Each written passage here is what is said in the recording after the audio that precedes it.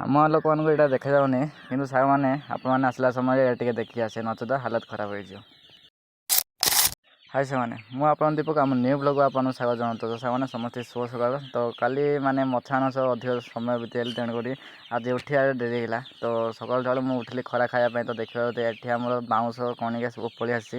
ମାନେ ଏବେ ଆମର ଗାଁରେ ଚାଲିବ ଯାତ୍ରା ଆରମ୍ଭ ହେବ।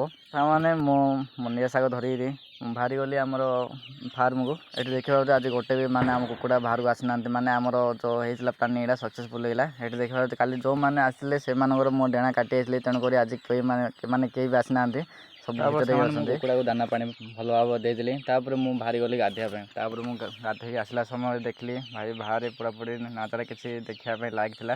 ମାନେ ସବୁ ଆମର ବାଉଁଶ ପୋତାପୋତି କାମ ସରିଯାଇଛି। ଏଠି ଭାଇମାନେ ତାଙ୍କ ସାଙ୍ଗମାନଙ୍କୁ ନିମନ୍ତ୍ରଣ ଦେଉଛନ୍ତି ଆସିବା ପାଇଁ। ତ ସାଙ୍ଗମାନେ ଆସନ୍ତାକାଲି ଆମ ଗାଁରେ ମାନେ 18/5/2026 ଆମ ଗାଁ ଯାତ୍ରା ହେବ। ତ ତେଣୁକରି ସମସ୍ତଙ୍କୁ ଆମ ଗାଁ ତରଫରୁ ନିମନ୍ତ୍ରଣ ହେଲା, ସମସ୍ତେ କାଲି ଆସିକି ଆଉ ଏଠିରେ ସହଯୋଗ କରିବେ। ମୁଁ ଆଶା କରୁଛି ଆମ ଗାଁ ଯାତ୍ରା ବହୁତ ଭଲ ଲାଗିବ, କାହିଁକିନା ଆମ ଗାଁ ନାଟ ଆମ ଗାଁରେ ହିଁ ଖେଳାଯିବ। ଏଠାରେ ରାଣୀ ପଣ୍ଡା ନିଶା ମହାରଣା ଏମିତି କେହି ବି ଆସିବେନି ସାଙ୍ଗମାନେ, କାହିଁକିନା ଆପଣଙ୍କ ଭାଇର କଲ୍ ସେମାନେ ରିସିଭ୍ କଲେନି। ତ ସାଙ୍ଗମାନେ ଟେନସନ୍ ନେବାର କିଛି ଆବଶ୍ୟକ ନାହିଁ, ଆପଣଙ୍କ ମନୋରଞ୍ଜନ ପାଇଁ ଆସିବେ ଅନାମିଆ ଗ୍ରୁପ୍ ଡ୍ୟାନ୍ସ।